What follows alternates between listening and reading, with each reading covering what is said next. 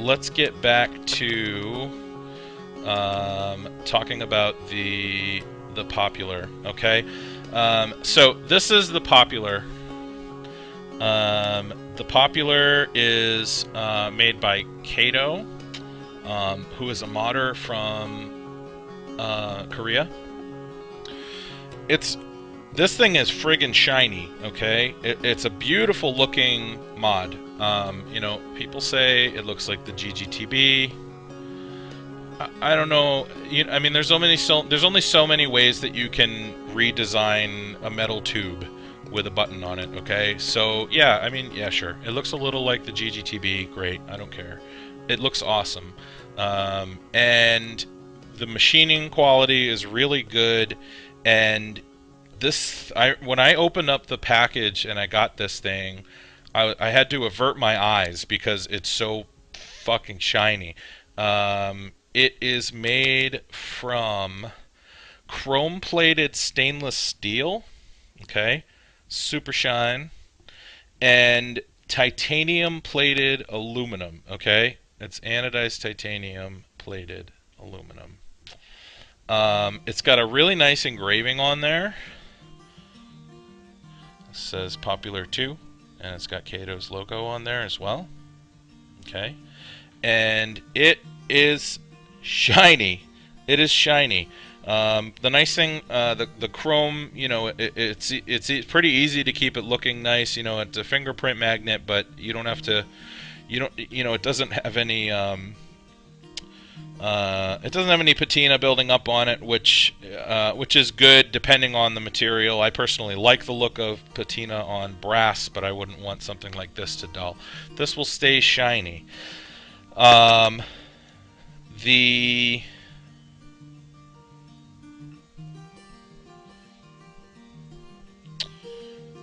on a second, let me get my Somnium off of here.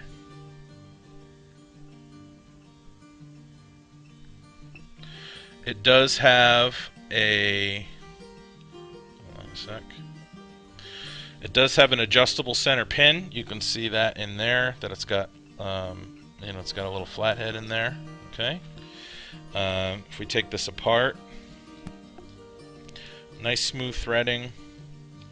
This is the other end of the insulated adjustable center pin. Okay. You know, nothing too groundbreaking there. The contacts are brass. Really smooth threading though.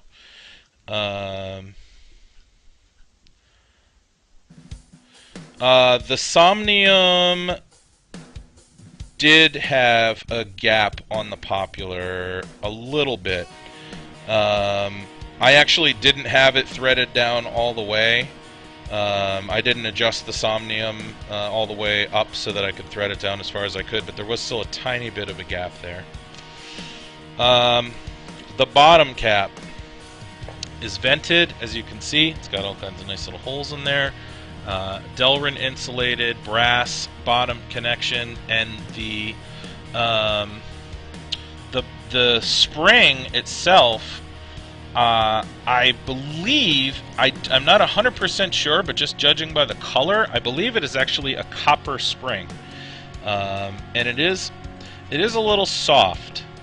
So, and that's going to be the one thing that I complain about this mod coming up here in just a minute. So,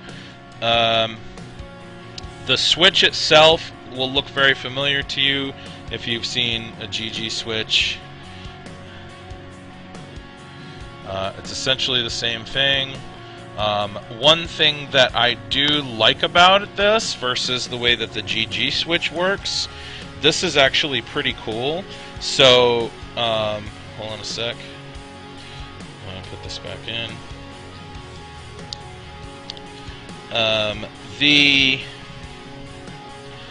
You know, it's got the little lock ring on there, so you can lock that, so you're not firing the button. Okay, see that? I've got that threaded out. The way that you adjust the throw on this, which is a little bit different than the GG stuff, the ring where it connects to the device is also adjustable. That's not the case here. That's with this, it's got kind of a a stiff, so it doesn't adjust on its own too much, adjustable button without having to like hold a pair of pliers to it on the other side. So you can actually adjust the throw just by turning the button like this. But it's not, but it's stiff enough that it's not going to turn on you on its own, which I think is really, really cool. So you got, you have a nice adjustable throw on there. So, if you're feeling frisky and you want to push it out really far for some reason, you can change, you can do that. Or if you want it nice and close, which is how I prefer it, you can twist that and then have a really short throw like that, and then, that's firing the device. So, I like that about it quite a bit. Oh, day 2. This is, yeah. I definitely was not at this point by day 2, so you skipped a few steps watching my show. But welcome anyway, sweetie. So, and I'm calling you sweetie because that's your name in chat, not, So, anyway, yeah. I like this mod a lot. It's very simple.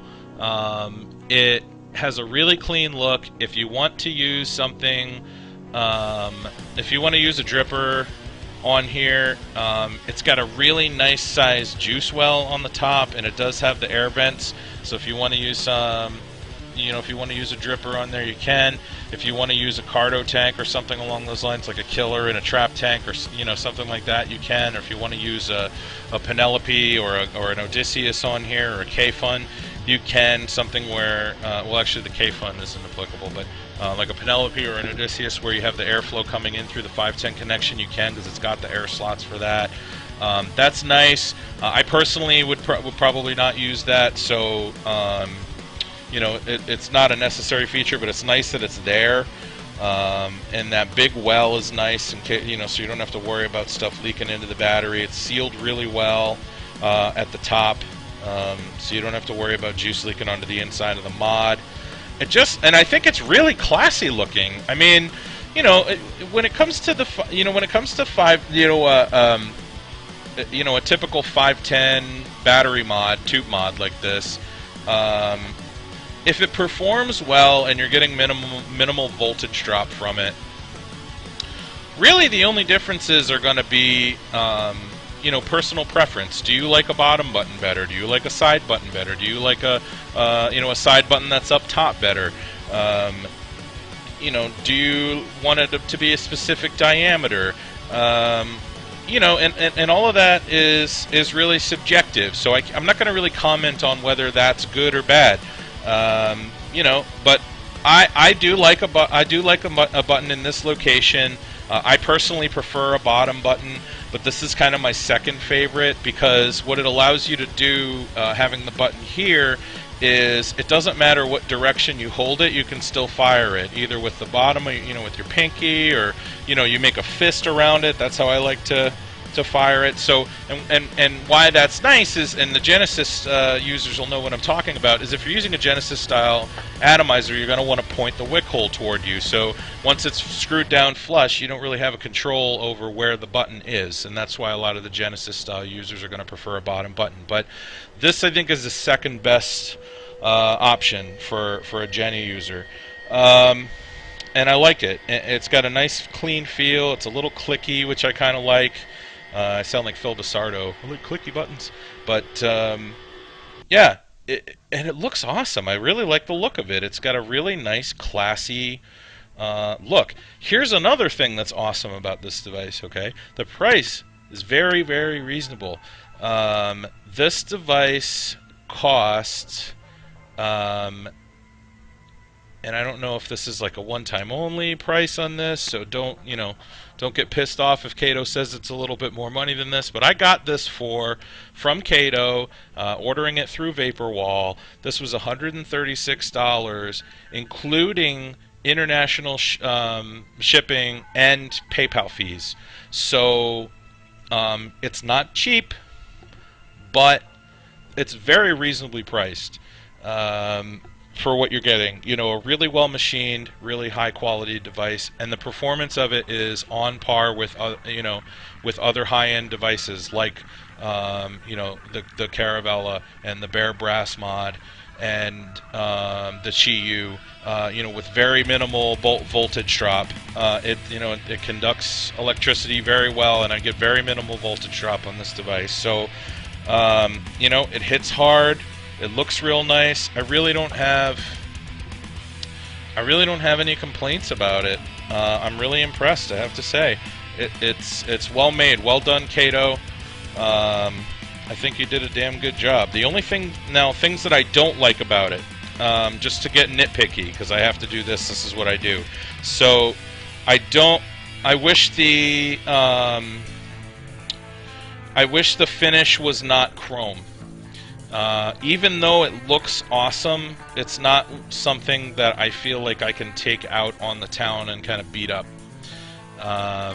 like I can with like a brushed finish, brass or stainless steel mod. I feel like I can beat that up a little bit, and I don't feel so bad about it. But with chrome, I mean, it's really gonna pick up scratches really easily, which kind of sucks. Don't love that. Bottom button, not a bottom button, that's subjective. Personally, I prefer the bottom button. I don't really have an issue with this type of button, though. I like this type of button as well. Oh, I see. There's some... Hold on a sec. I wasn't paying attention to chat. Yeah, but it looks fantastic. I mean, look at how awesome this thing looks. I mean, I don't have the best lighting, but like, just look at the shine on that thing. That's just fantastic. That is a classy looking device, And the top cap and the bottom cap almost look like gold, the way the titanium's anodized. I think that's anodizing. But yeah, I mean, it looks nice. And yeah, it is an aspirant magnet. Yeah, so it's a fingerprint magnet. It does pick up scratches pretty easily. I've been really trying to baby it. And I've still picked up a couple little tiny scratches on it, but I've been trying to take really, really good care of it. But shit, it's a nice mod. I mean, for the money, it's tough to beat.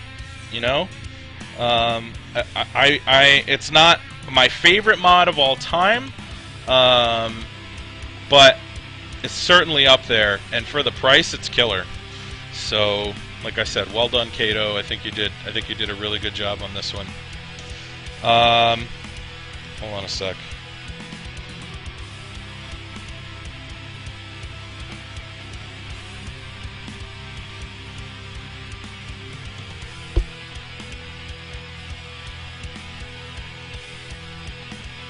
There we go. So, that's all I've got to say about the Popular. Oh, what size tube? This is an 18650. I try to stick to 18650 just because I do like to play around with some... I do like to play around with low ohms sometimes, and I do plan on messing around with some dual coil setups once I get my steam turbine. So I want to make sure that it can handle the amps. So I typically stick to 18650. It's also good for the battery life, obviously, too. And I have giant hands, so like this is an 18650, and it looks pretty small in my hand. I mean, I can cover the whole thing up. So,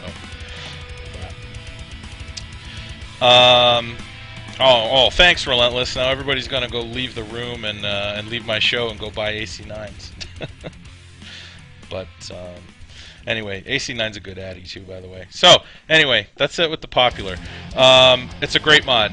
It should be more, pardon the pun, popular. I'm surprised that there weren't as many orders as I expected to see over on Vaporwall. I don't think that this device is getting the recognition that it deserves, especially for the price. I think it's really cool. So, good job, Kato.